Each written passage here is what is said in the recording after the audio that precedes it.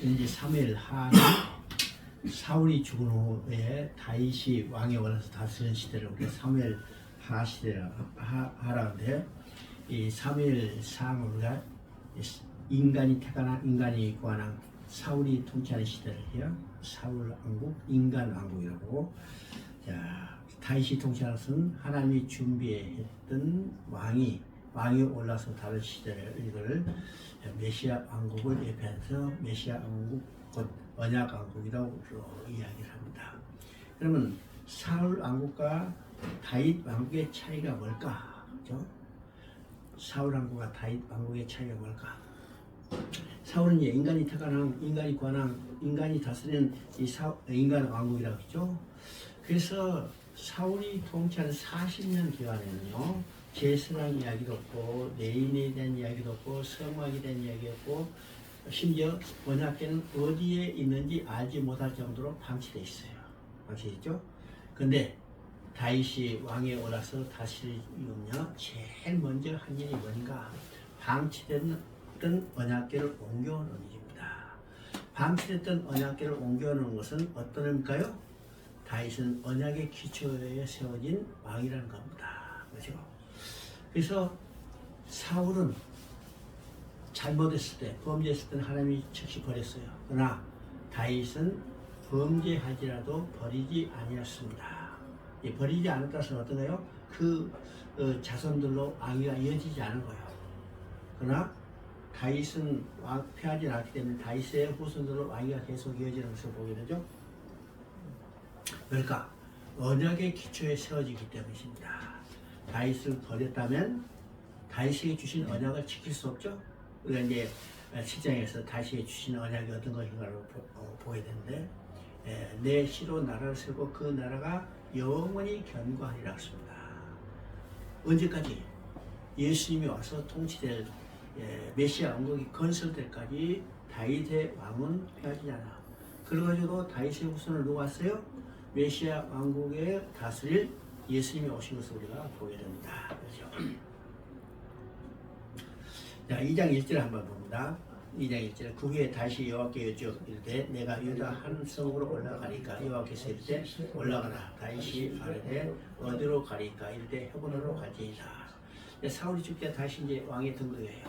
그래서 왕에 등극하게 되자 다시 하나님께 물어봅니다. 어디로 가리까? 오늘 말씀대로 헤브론으로 가라 했습니다.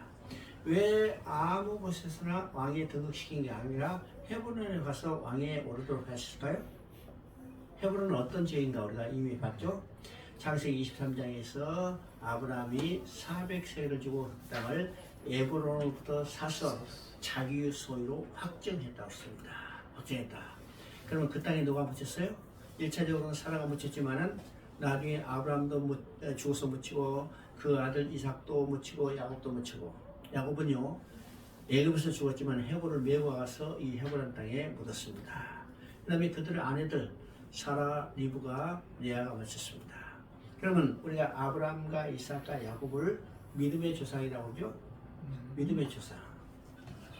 그러면 그들이 그 땅에 묻히고 그들의 아내가 그들에게 묻혔다는 것은 어떤 것일까? 그들의 시체만 묻은 게 아니라 하나님의 약속과 그들의 믿음을 그 땅에 묻은 땅입니다. 그 땅은 어느요? 하나님이 주시로 약속한 약속을 대표하는 땅이에요. 대표하죠. 그러니까 가나안 전체를 주었지만 그 대표하는 거 바로 헤브론입니다. 헤브론요. 헤브론이 어떤 것일까? 아브라함이 제일 먼저 제단을 쌓고 번제를 뜯던 장소가 어디냐면 바로 헤브론이라는 사실입니다. 헤브론. 그 땅을 400 주고 자기 소유로 확정했고, 이 땅은 하나님이 우리 후손들에게 주시기로 약속한 땅이다. 약속의 땅의 대표적이군요. 그 땅을 가나안 땅에 들어갔을 때는 유다 지파의 족장 갈렙이 분배받은 땅입니다. 갈렙이 땅을 분배받을 때 어떻게 했어요? 하나님이 그날에 약속한 그 산지를 내게 주소서. 하나님이 주기로 약속한 땅, 그죠? 하나님이 주시로 약속한 땅은 바로 헤브론인데 그 땅을 누구에게 주기로 했냐면 유다 지파에게 주기로 했죠.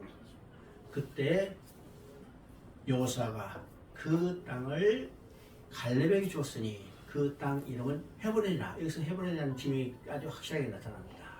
그리고 지금 언약의 근거에서 세워진 왕이 등극할 때 어디서 등극하는 것이요?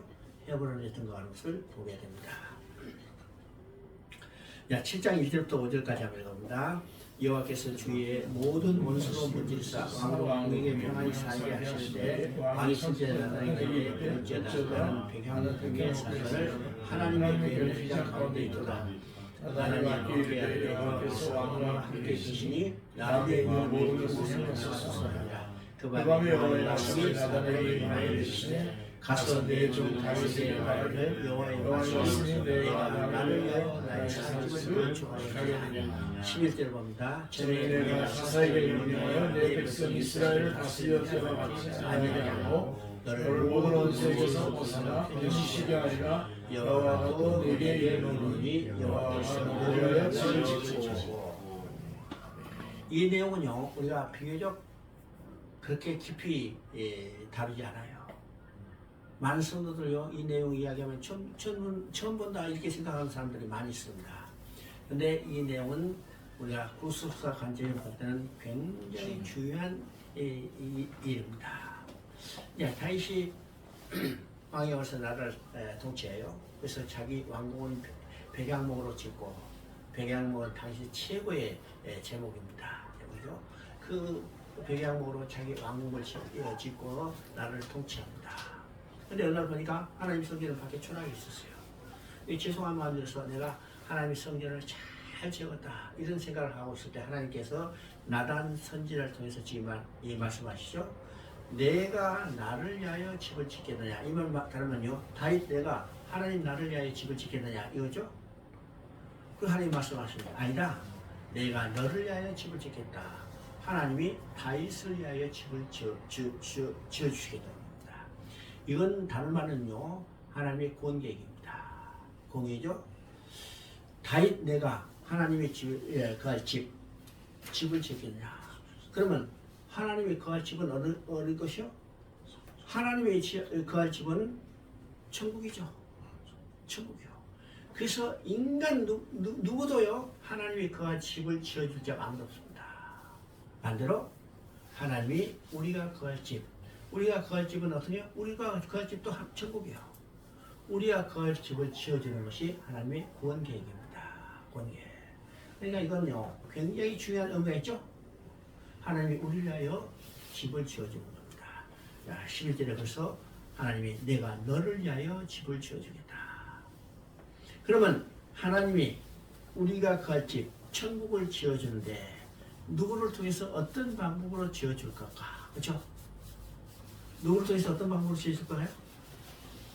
누구를 통해서 어떤 방법으로 지는 것이 이거이 요한복음 14장 1절부터 3절까지 나옵니다. 요한복음 14장 1절부터 3절까지 봅니다. 너희는 마음의 근심에 맞으라 하나님을 믿으니 나를 믿으라. 내 아버지의 거할 것이 도다. 그렇지 않으면 너희에게 있으리라. 내가 너희를 위하여 거처를 예비하러 가노니 가서 너희를 위하여 거처를 예비하면 내가 다시 와서 너희를 내게로 영접하리라. 이게 하나님이 우리를 위하여 집을 지어주는 내용입니다. 그럼 지금 보세요. 요한복음 14장, 15장, 16장은 우리가 소위 말해서 다락방 강화라고 그러죠. 지금 십자가를 지시기 전에 예수님이 그 제자들에게 말씀하신 내용이 지금 14장, 15장, 16장입니다.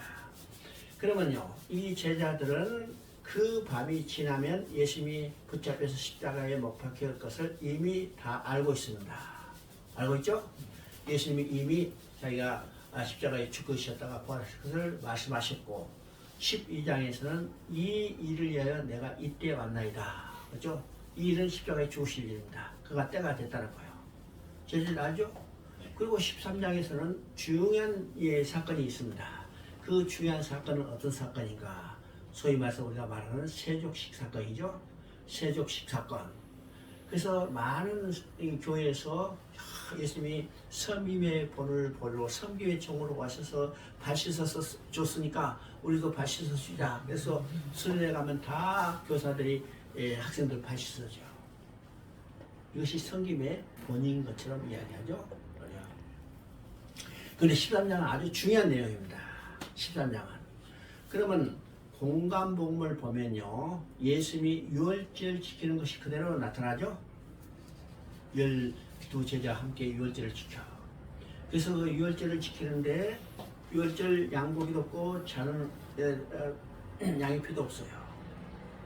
그러면 예수님이 유월절을 먹기를 원하고 원하신다고 했습니다. 근데 유월절을 먹기를 원하고 원하신다는 예수님이요, 유월절을 지키는데 양고기도 없고 피도 없어요. 왜일까요? 예수님 자신이 유월절 양이네요. 그래서 예수님 말씀하십니다. 떡을 떼면서 이 떡은 너희를 위하여 찢긴 내 살인이 받아먹어라. 잔을 나누면서 이 잔은 너희를 위하여 흘린 내 새 언약의 피니 받아 마시라. 자, 이 공간복음에 나타난 것 그대로죠? 근데 요한복음에는 이 유월절 장면이 묘사가 안 되어 있습니다. 그러면 요한 사도가 이 유월절에, 최후의 유월절에 참여했을까요? 안 했을까요? 참여했죠? 12사도 다 참여했고, 또 특별히 요한 사도는 절대로 이 유월절 밤을 잊어버릴 수 없어요. 왜일까요? 내 사랑하는 제자라고 했어요. 그러니까 요한은요, 이거 절대로 잊어버릴 수 없죠? 근데 왜 요한복음에는 이 장면이 나오지 않을까요? 요한은 오랜 시간을 지내면서 예수님의 사건을 뭐랄까요? 영적으로 더 깊이 깨닫게 된 겁니다. 그래죠. 그래서 이 유월절 사건은요, 직접적으로 묘사하지 않고 세족식 하는 것으로 묘사를 했습니다. 되죠? 그러면 예수님이 발을 씻어, 물을 떠서 제자들의 발을 씻는 것은 어떤 의미일까요? 발은요, 우리 신체 중에 가장 더러운 부분이요. 그렇죠? 요새는 뭐 환경도 좋으니까 발을 긁지 않으면, 지금 옛날 같으면 뭐 한번 갔다, 내가 이번에 이 러시아 갔더니 완전히 지인 땅이죠.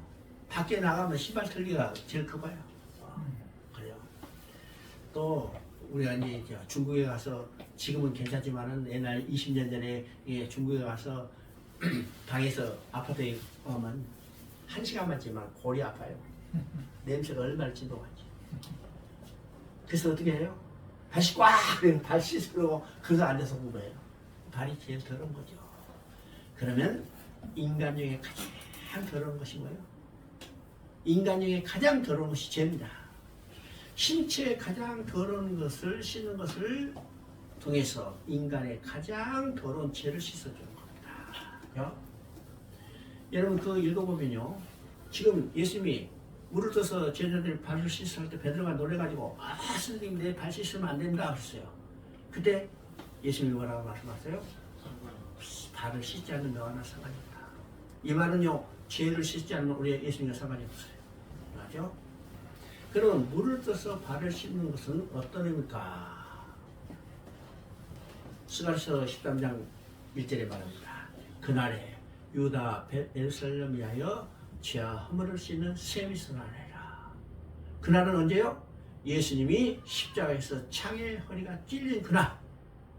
그 허리에서 흘린 물과 피는 우리의 죄와 허물을 씻는 셈이 된 겁니다. 그래서 요한복음만 예수님이 창의 허리가 찔려서 물과 피가 쏟아졌다는 것만, 쏟아졌다는 기사가 요한복음에만 나와 있습니다. 요한복음 19장 34절에 다른 공간복음에는 그 기사가 없어요. 요한복음에만 예수님이 창의 허리가 서 물과 피를 쏟았다는 것이 요한복음 19장에 기록되어 있어요. 그러면 예수님이 창의 허리가 찔려서 제자들은 이 사건이 있었기 때문에 예수님이 그 밤이 지나면 십자가에 죽을 걸 알고 있죠. 그러니까 지금 큰일 났다 걱정한 거죠. 죽어나가요. 생각해봅니다. 3년 동안 제자들 잘 먹고 잘 살았죠? 제자들 잘 먹고 잘 살았어요. 배고프다면 어떻게 해요? 빵 5개 빵 튀겨가지고 배불리 먹었잖아요. 또 어떤데요? 지금 예수님이 곳곳마다 다니면서 기적과 이사를 베풀어요. 그러면 제자들로 따라갔죠? 자기 선생이 기적과 이사를 베풀면요, 제자들도 어깨가 크죠? 펴지. 3년 동안 잘 먹고 잘 살았습니다, 실제로. 근데 예수님이 떠나면 지금 당장 뭘 거 걱정해야죠? 그들이 뭘 거 걱정한 모습이 예수님이 십자가에 죽으시자 다 흩어져 뿔뿔이 살길을 찾아가는 것을 보게 되는 겁니다. 야, 예수님 따르면 우리가 어떻게 살까 걱정할 수밖에 없죠. 그래서 첫 마디가 뭐예요? 근심하지 말라. 그리고 예수님이 무슨 일을 할 거나 지금 해야죠. 내가 가서 너희 있을 곳을 예비하면, 그죠? 우리 있을 곳은 어디요? 우리 있을 곳은 하나님의 집 천국입니다. 그렇죠? 내가 가서 우리 있을 곳을 예비하면 내가 다시 와서 너희를 내 있는 곳을 영접하리라. 아멘. 여기서 중요한 말 있죠? 내가 가서 너희 있을 곳을 예비하면 어디로 가서? 십자가로 가서. 예수님이 십자가로 가지 않으면요, 십자가에서 못 박혀 죽이지 않으면 우리 있을 천국은 절대 예비되지 않죠? 그래서 예수님의 죽음을 통해서 우리 있을 집 천국이 예비된다는 사실입니다. 이것이 하나님의 구원 계획이라는 사실을 우리가 보게 됩니다. 자, 7장 6절을 봅니다. 내가 이스라엘 자손을 세우고 인과의 예를 알고도 오늘까지 집에 살지 아니하고 장막과 성막에 다녔나니. 이게 중요한 의미가 있습니다. 지금 여기서 대비는요, 집과 그다음에 장막과 성막 이 두 것이 비교되어 있습니다. 언제부터?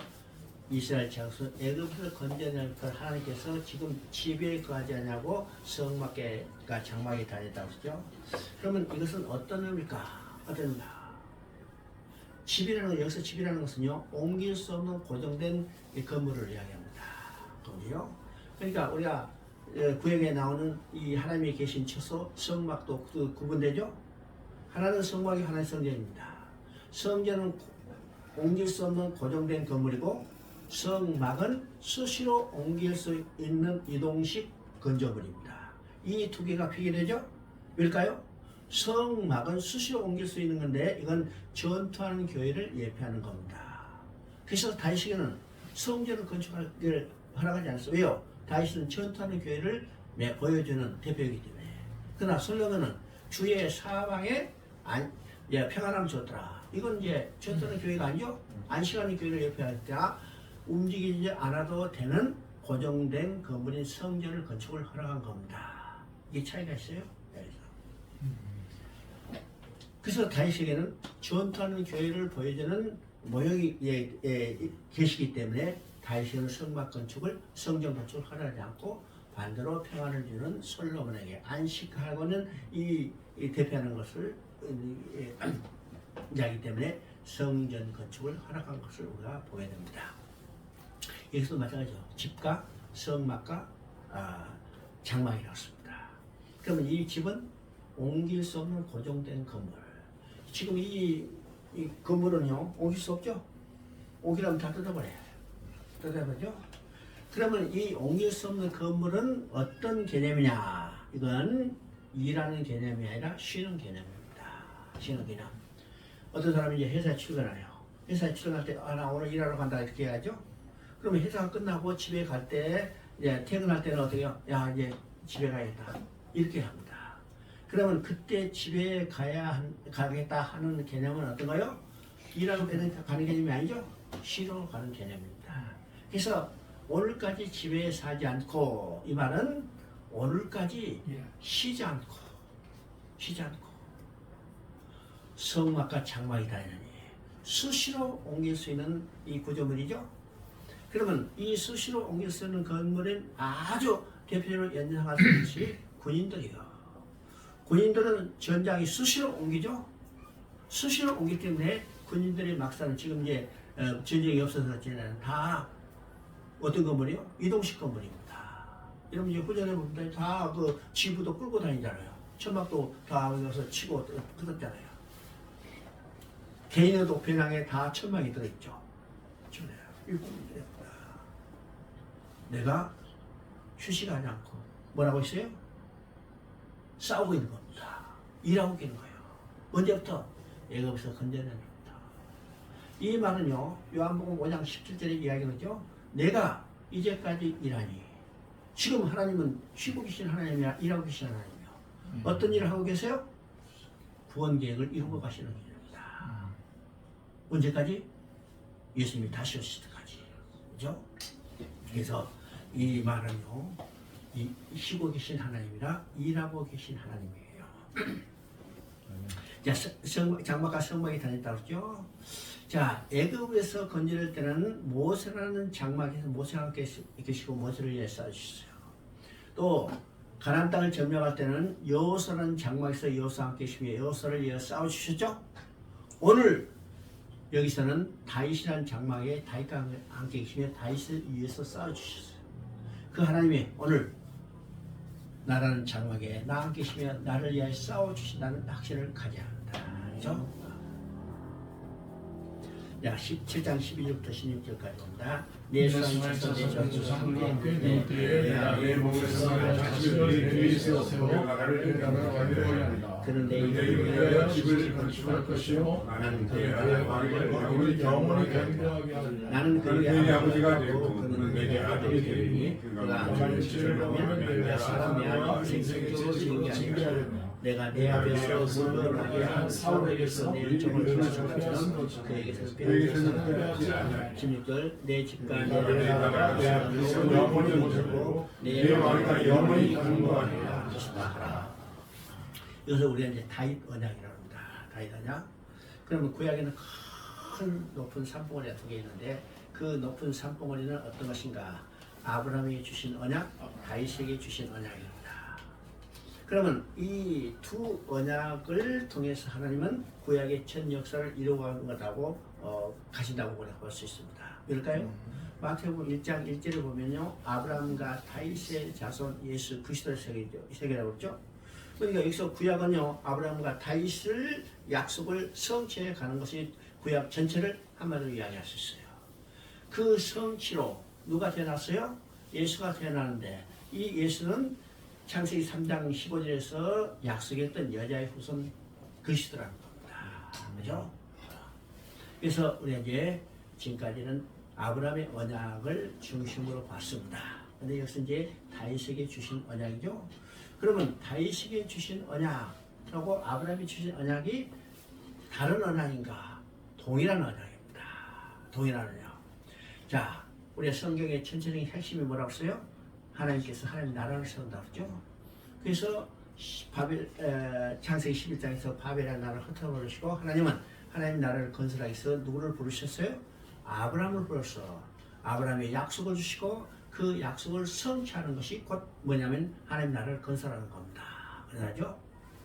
그러면 그래서 12장 2절에 보니까 내가 너로 큰 나라를 이루고 우리는 큰 민족으로 됐지만은 큰 나라를 이루고 큰 나라를 이루기 위해서는 뭐예요? 인구가 많아야죠. 인구가 많기 위해서는 자손이 건설해요. 그래서 자손인데 그래서 내 시를 창대케 해놨습니다. 장세라. 그러니까 근본적으로 핵심은요, 하나님 나라의 건설이 있어요. 하나님 나라의 건설. 그럼 지금 다윗 언약도 마찬가지죠. 여기 보니까 내 몸에서 날 자식을 내댔어요. 그의 나라를 견고하게 하리라. 나라가 있죠. 그리고 여기는 부가적으로 집을 건축하기다. 집을 건축하는 성전입니다. 아니요. 그래서 이 언약은 1차적으로 솔로몬에 의해서 성취됐어요. 왜일까요? 솔로몬이 다윗의 왕위를 이어받았습니다. 또 솔로몬이 성전을 건축했죠. 그런데 솔로몬이 이어받은 왕위가 영원해요? 우리가 16절에 보니까 내 집과 내 나라가 내 앞에서 영원히 보존되고 있습니다. 내 왕위가 영원히 견고하리라.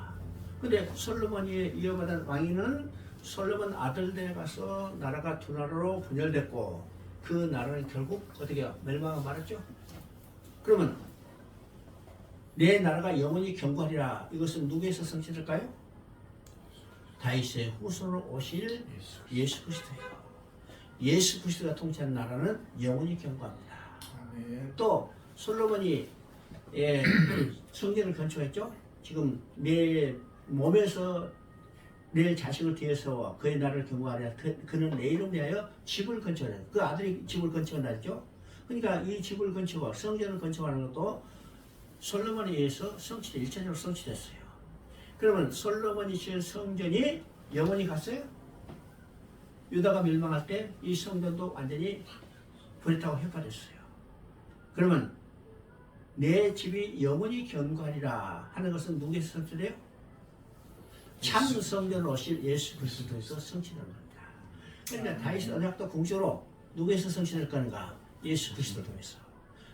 아브라함의 언약도 공식으로 예수 그리스도를 통해서 천국에 들어와서 하나님과 영원히 함께 살았고, 그래서 예수 그리스도를 통해서 성취될 것을 지금 약속하고 있죠. 그런데 14절 15절을 보니까 어떻게 해요? 그가 만일 죄를 범하면 내가 사람이야 인생 최초로 징계하리냐, 내가 내 앞에서 물러나게 한 사울에게서 내 은총을 빼앗을 것처럼 그에서 빼앗지 아니라. 자, 여기서 이 내용을 보면요, 하나님은 이미 다윗도 범죄할 것을 알았죠.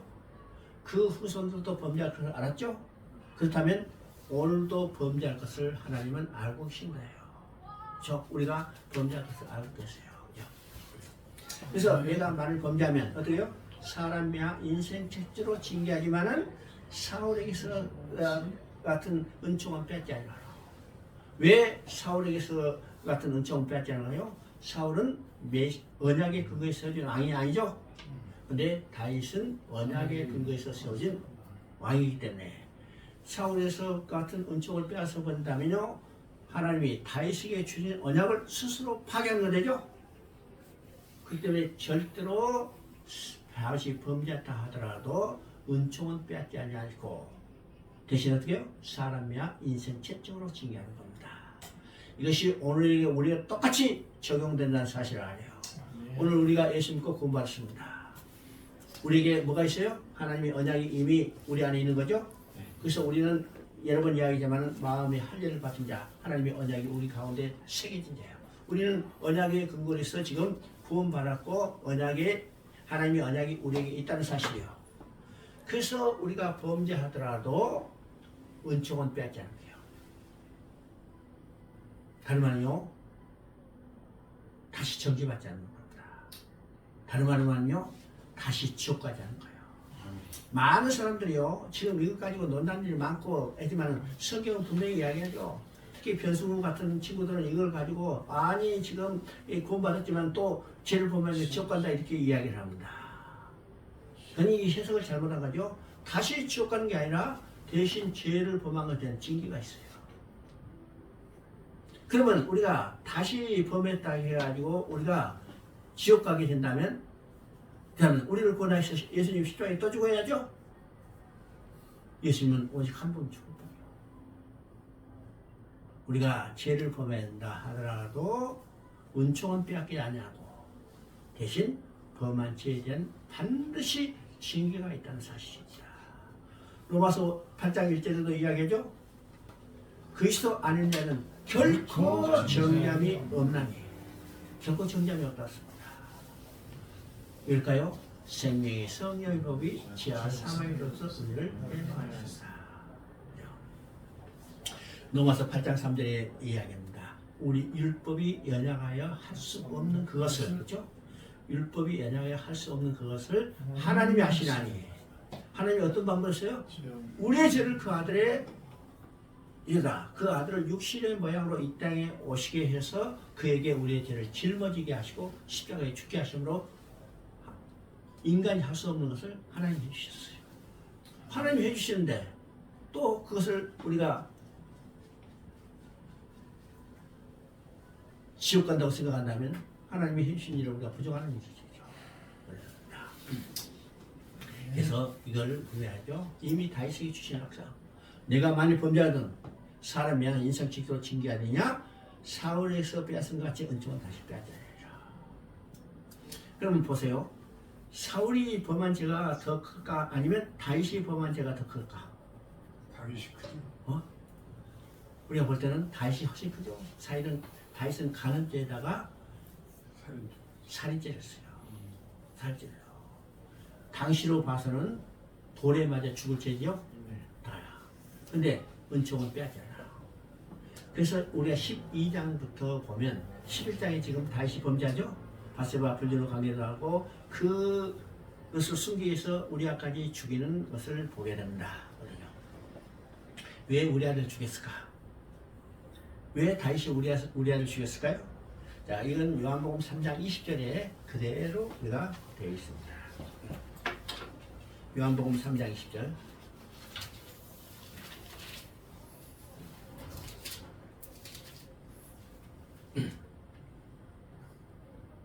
삼장 20절 봅니다. 악을 행하는 자마다 빛을 미워하여 빛으로 오지 아니하나니 이는 그 교회가 그를 알아. 당신 범죄에서 이미 어둠이 됐어요. 그렇죠? 어둠이 됐어요. 빛을 누가 비춰줬어요? 우리아가 빛이죠.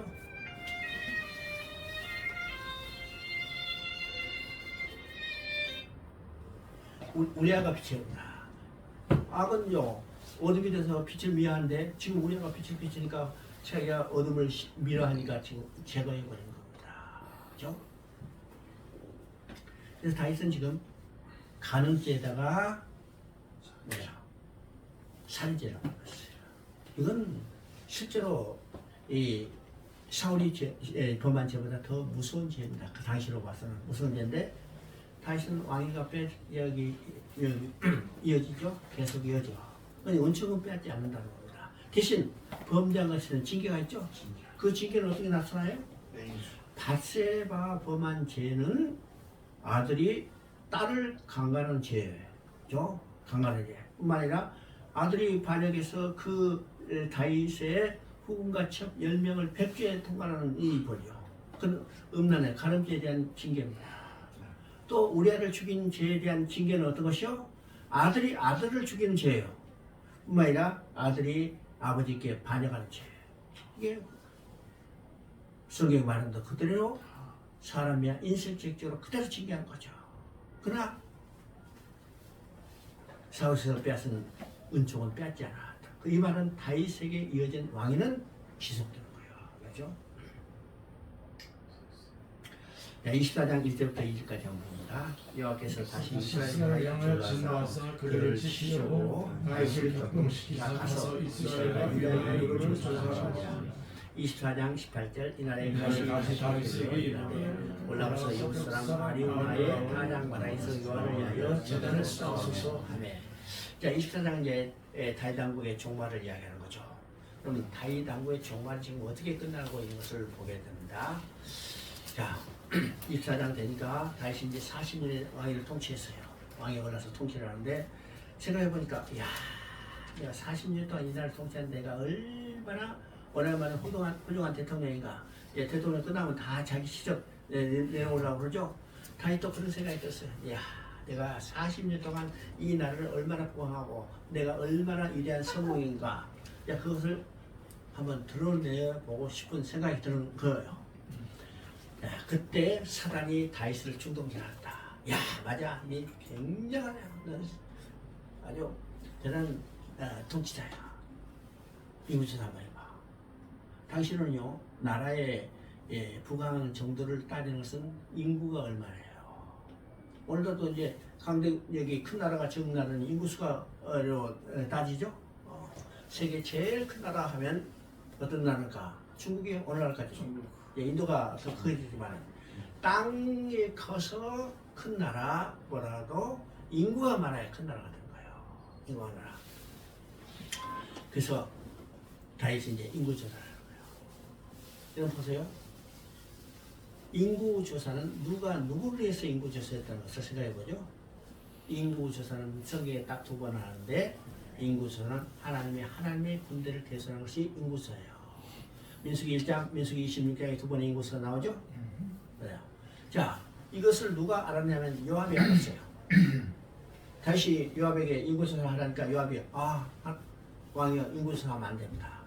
그랬더니 다시 야! 내가 하라면 해. 그래서 별 수 없이 왕이 명령하니까 했죠? 인구조사한 후에 다윗이 하나님부터 징계를 받는 겁니다. 그 징계를 받을 때 하나님 3가지를 이야기했습니다. 첫째는 7년 기근. 자, 역대기에 보면 여기 3년으로 되어 있습니다. 그죠? 예사로는 3년이 되는데 왜 7년이 3년이냐? 이건 성경이 잘못된가? 이거 가지고 성경이 잘못이 있다고 이야기하는 사람들이 있는데 이건 성경은 복사본과 사본밖에 없어요. 성경가들이 복사하다가 점 하나 잘못 찍었더니 3자, 7자가 바뀐 겁니다. 그래서 또 하나가 있죠. 또 하나 이야기 나왔으니까 여기는 지금 50세겔이죠. 여부스 타작마당 여부스 타작마당에서 여호와를 제단을 쌓았어. 근데 그 땅을 이제 다시 샀어요. 그죠? 샀어. 샀는데 몇 세기를 샀냐? 50세기를 샀다 그랬죠? 근데 역대기를 보면 그게 600세기를 500세기인가? 하여튼 이제 500세기라고 500세기로 샀습니다. 그러면 50세기가 500세기가 차이가 있죠? 이거 틀렸다 이렇게 해야 되는데 이건 이 토지를 산정하는 기준이 달라요. 여기서는 번제 드릴 자리만 딱 계산하는 겁니다. 번제 드릴 자리, 그러니까 제단 쌓을 자리만 계산하니까 그런데 역대기에서는 성전의 중심이기 때문에 성전질 전체 틀을 왜냐면 이 아르노의 타작마당에서 성전의 기초가 세워졌기 때문에 그래서 그 터의 범위가 다르기 때문에 값도 다르죠. 이건 성경이 틀린 게 아니라 산정 기준이 다르다는 거예요. 하여튼 그건 남았고. 자, 다시 이제 인구조사했어요. 인구조사했죠. 그럼 첫째 징계는 7년 기간입니다. 이런 7년 기간은 무서운 재앙입니다. 그렇죠? 7달만 비하나도 지금 못 살겠다고 했어요. 못 살겠다고. 근데 7달도 아니고 몇 달이요? 7년. 무슨 얘기입니다. 다시 너무 힘들어 했더니 하나님이 뭐라고 했어요? 그러면 석 달 도망 다니는 건 어떠냐 했더니 석 달 도망 소리가 듣자마자 다시 온몸이 사시나무 떨듯이 떠나. 그러니까 다시는 왕이 오르기 전에 사울로부터 죽음을 빼서 온 이스라엘의 모든 광야는 다 헤맬 정도로 도망 다녔어요. 이 도망 소리가 나냐 온몸이 그냥 떨리죠. 그때 하나님이 3일 전염병은 어떠냐 그랬습니다. 3일 푹 3일만 자고 나면 그냥 끝날 것 같죠? 그게 3일 택했는데 3일 전염병 결과 몇만이 죽었어요? 7만 죽었습니다. 7만 죽었어요. 그러면요 3일 전염병에 7만이 죽고 나서는 당신은요 굉장한 무서운 징계죠. 우리 한번 생각합니다. 코로나는 지금 3년 동안 온 세계가 거의 한마디만 수대받았는데 한국의 인구가 5천만인데 그렇죠? 3년 동안 코로나로 죽은 숫자가 몇 만일까요? 코로나 죽은 숫자가 3만 5천 정도 돼요. 코로나 죽은 숫자가. 그러면 3년 동안 5천만 인구 가운데 3만 5천이 죽었는데 당시에 이스라엘 인구가 얼마든지 몰라도 5천만은 안 됐을 거예요. 근데 그 중에 3일 동안 7만 죽었다는 것은 이건 무서운 징계죠. 무서운 징계. 그럼 우리가 생각해봅니다. 인구조사가 뭐가 잘못했기 때문에 인구조사한 결과 3일 전염병으로 7만이 죽는 무서운 징계를 받을까요? 두 가지 이유 있습니다. 첫째는 다윗의 교만을 꺾기 위해서요.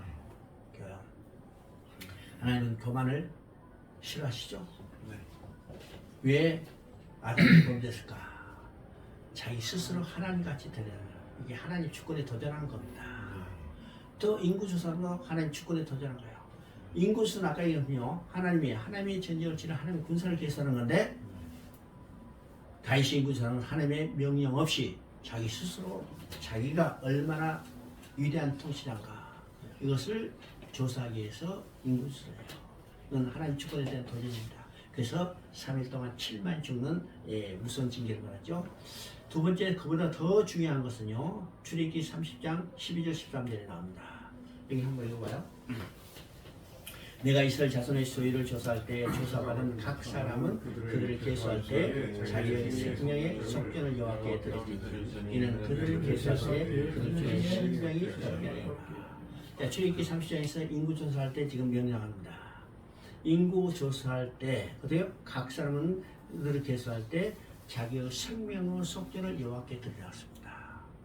왜 인구 조사할 때 생명의 속견을 드리라 했을까요?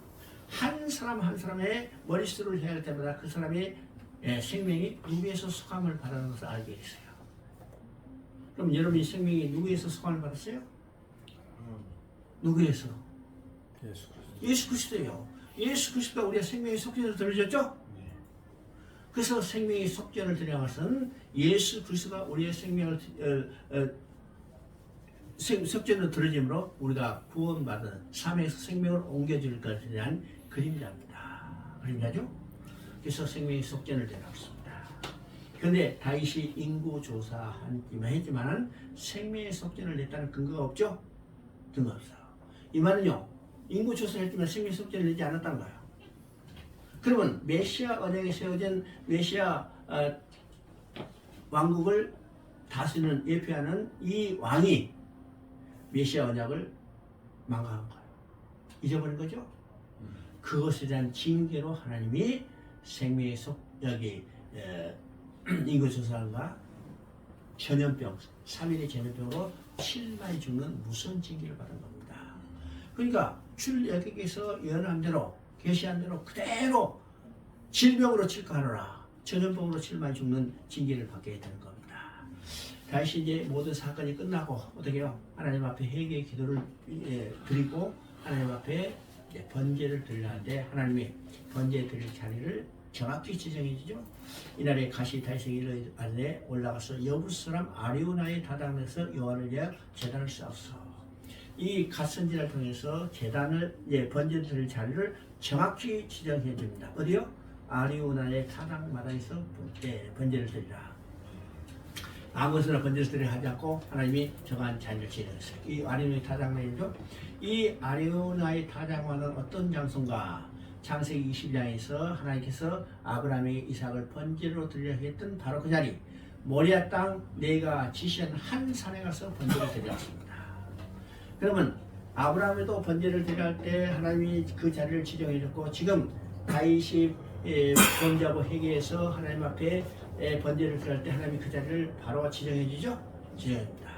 그러면 이 모리아 땅 하나님 지시한 한 산은 세월이 지나면서 잊혀졌다가 농경지로 변했어요. 이게 타작마다로 변한 겁니다.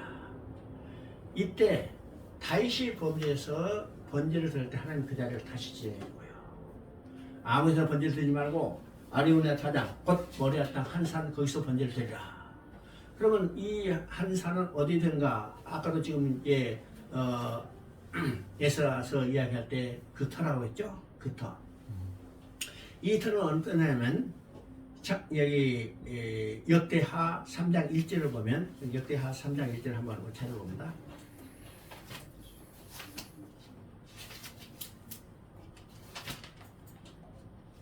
역대하 3장 1절.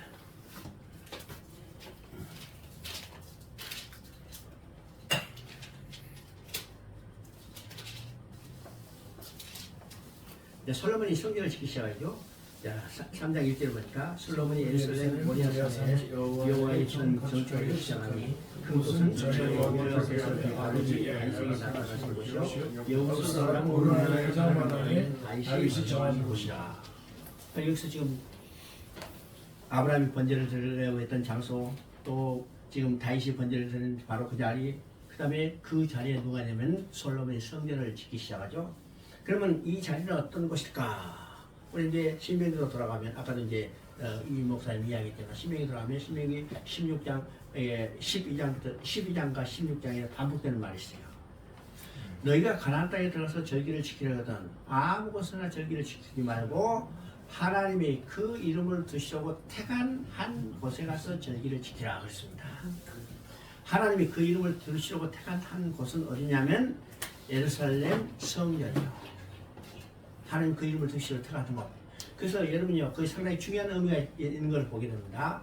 그러면 신명기에서 12장과 16장에서 하나님이 그 이름을 두시고 택하는 한 곳에서 절기를 지키라 할 때는 이 세 절기입니다. 세 절기. 첫째는 6월절이요. 그 다음에 오늘 말하면요 오순절이요. 세 번째는 초막절입니다. 이 세 절기는 하나님이 그 이름을 두시고 택한 한 곳에 가서 절기를 지켜야 해요. 이것이 왜 중요하냐? 여러분요, 열왕기상 12장에 가면 여로보암이 열지파를 가지고 북이스라엘을 건설하죠. 북이스라엘을 건설한 후에 어떻게 하는가? 그 백성이 남쪽으로 내려가지 못하도록 어떻게 해요? 단과 베델에 산당을 만들어 거기다 금송아지 우상을 만들어 놓고 하나님 여기 계시니까 남쪽으로 내려가지 마라. 막는 것을 보게 돼요. 왜일까요? 자, 여기 정치적으로는 두 나라지만 종교적으로는 한 나라예요. 그렇죠? 종교적으로는 한 나라이기 때문에 이 세 절기를 지키기 위해서 북이스라엘 백성이 남쪽으로 내려가야 합니다. 그러면 북이스라엘 왕인 여로보암이 볼 때 야 큰일 났거든. 자기 백성이 내려가면 거기에 동화돼서 안 올라올 가능성이 있고 그러니까 내려가지 못하겠는 거예요. 이게 절기하고 관계 있습니다. 그 절기를 보면 어때요?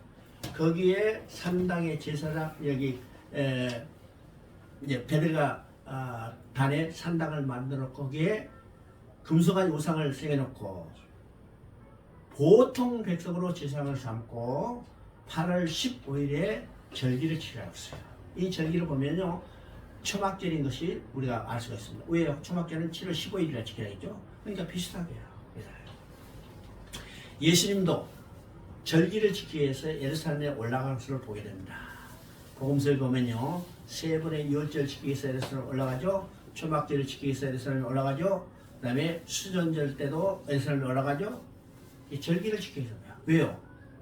이 무엇을 통해서 명령하신 거예요. 우리가 사도행전 2장을 보면요 오순절입니다. 그래서 오순절을 지키기 위해서 각 지역에 있는 유대인, 흩어져 살던 유대인이 절기를 지키기 위해서 예루살렘에 모인 것을 보게 돼요. 이게 중요한 거죠. 그래서 절기를 지키려고도 하나님이 그 이름을 드시고 택한 한 곳에 가서 절기를 지키라. 그러면 이게 왜 중요할까요? 번제도 하나님이 정한 그 자리에서 지켜야 해요. 또 성전도 하나님이 정한 그 자리에 성전이 세워져야 해요. 절기도 하나님이 그 이름을 드시고 택한 한 곳에 가서 절기를 지켜야 해요.